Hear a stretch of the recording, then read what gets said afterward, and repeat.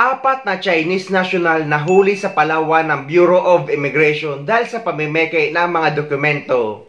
Matatandaan na kamakailan may mga Chinese na rin na naharang sa immigration dahil sa pagpapanggap na asawa nila yung Pilipina na kasama nila na may mga dala pang lehitimong dokumento. Pero hindi naman tugma ang mga impormasyon na nakalagay. Naaresto ng mga otoridad ang leader at ilang miyembro ng Chinese Mafia na pinaniniwalaang nasa likod ng paglaganap ng mga illegal na dokumento.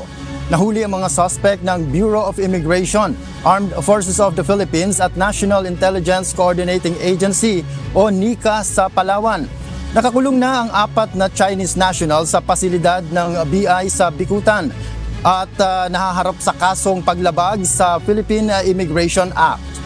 Kung yung mga naunang naharang sa immigration ay mail order bride ang tawag na nagpapanggap na mag-asawa para madala yung Pilipina ng Chinese sa ibang bansa, ngayon naman guys ay may bago. Bit-bit scheme naman ang tawag na parehong modus ang ginagawa na nagpapanggap na mag-asawa para madala yung Pilipina sa ibang bansa para i-recruit para magtrabaho bilang sex workers. Sinabi ng Bureau of Immigration o BI, ang ginagawa dito sa bit-bit scheme na ito ay iniengganyo o dinadaya ang mga kababaihan na magtrabaho bilang sex worker o sa sex trade sa ibang bansa. May mga dayuhang kumukuha o sumusundo sa mga babaeng biktima nila dito sa Pilipinas. Pagdating sa screening nila dyan sa airport ay magpapanggap na mag-asawa o live-in partner yung dayuhan at yung kanyang biktima na Pilipina. Subalit natuklasan ng immigration na may mga dayuhan ng ilang beses nang pabalik-balik sa Pilipinas na kumuha ng babae. Sa datos ng BI, may mga babae na papuntang Malaysia na naging biktima nitong bit-bit scheme. Dagdag pa ng immigration, pinapahirapan pa umano ang mga kababaihan kapag hindi nasatisfy ang demand ng mga kumuha sa kanila. Pinupuwersa pa din umanong i-abort o ipalaglag ang bata kapag sila ay nabubuntis. Kaya naman partikular na binabalaan ng kamanihan ang mga kababaihan na iwasan at huwag maging biktima ng ganitong scheme. Naharang ng Bureau of Immigration ang isang Pilipinang posibleng biktima ng mail order bride scheme. Ang modus, nagpapanggap na asawa ng Chinese ang isang babae para makalabas ng bansa at makapagtrabaho abroad. Balita hatid ni Salima Refran. Newlyweds na biyaheng Shenzhen, China ang pakilala ng 20 anyos sa Pinay at Chinese na asawa umano niya sa immigration sa NAIA Terminal 3. Pero kahit may marriage certificate mula sa Philippine Statistics Authority, kaduda-duda raw ang mga sagot nila hanggang mabistong mail order bride sa China ang Pinay. Pumayag umano siya para makapagtrabaho abroad. Silang dalawa po talaga ay hindi mag-asawa.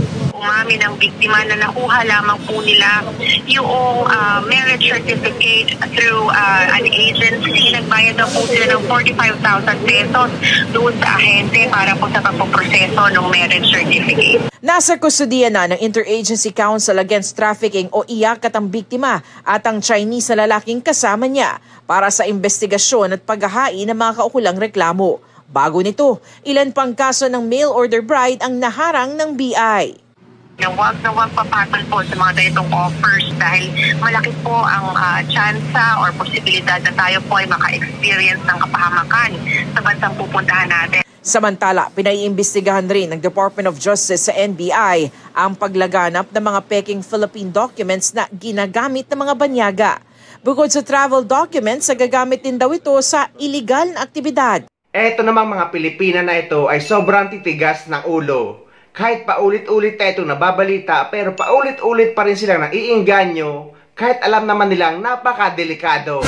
Napakaraming trabaho ngayon sa ibang bansa ang pwedeng applyan. Kagaya na lang sa bansang Taiwan na mga factory workers na hindi naman gaano kataasan ang qualification. Kaysa naman pumasok kayo sa ganyang trabaho na pamimeke ng mga dokumento at gagawin pa kayong sex worker sa ibang bansa na alam nyo naman na pwede nyong ikapahamak. Nasabi din sa video na sinasaktan ang mga Pilipina kapag hindi na-satisfied yung kumuha sa kanila sa Pilipinas. At ang worst dito ay pinipilit silang ipalaglag ang bata kapag nabuntis sila. Isipin nyo na lang guys na nasa ganito kayong sitwasyon. Hindi ba kayo natatakot? Hindi ba nanonood ng balita ang mga Pilipina na ito? Kaya minsan maiintindihan natin ang Bureau of Immigration kung bakit naghihigpit sila sa mga Pilipina or mga Pinoy na lalabas sa Pilipinas papunta sa ibang bansa. Na pati yung mga legit traveler o yung magta-travel lang talaga sa ibang bansa ay nadadamay.